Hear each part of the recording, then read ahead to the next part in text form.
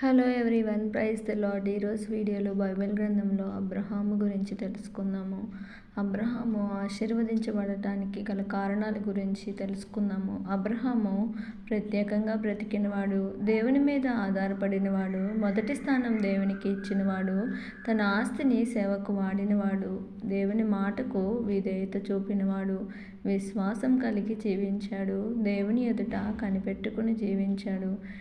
ఈ విధంగా అబ్రహాము జీవించినప్పుడు దేవుడు అబ్రహామును విస్తారంగా దీవించాడు. విశ్వాసులకు తండ్రిగా అబ్రహాము పిలువబడ్డాడు. తన జీవితంలో ప్రత్యేకంగా జీవించిన వాడు,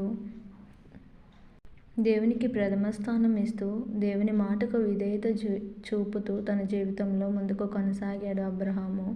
మనం కూడా మన జీవితంలో దేవుని మీద ఆధారపడుతూ దేవుని యందు విశ్వాసం ఉంచినప్పుడు, దేవునికి ప్రథమ స్థానం ఇచ్చినప్పుడు దేవుడు తప్పకుండా మనలను ఆశీర్వదిస్తారు.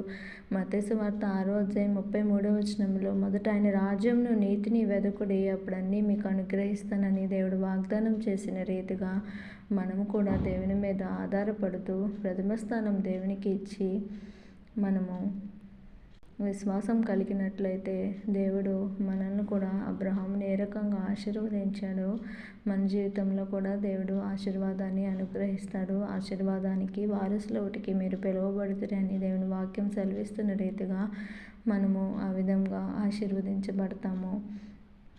అబ్రహాము ఏ రకంగా అయితే దేవుని ఎదుట కనిపెట్టుకుని జీవించాడో మనం కూడా మన జీవితంలో దేవుని ఎదుట దేవుడిచ్చిన వాగ్దానాన్ని పట్టుకొని కనిపెట్టుకుని ప్రార్థన చేసినప్పుడు దేవుడు మనందరి ప్రార్థనలు తప్పకుండా ఆలకిస్తాడు. మన జీవితంలో గొప్ప కార్యాలు చూడగలుగుతాము. దేవుడు మనందరికీ ఆ విధమైన సహాయము దయచేయునుగాక. Amen. Thank you for watching.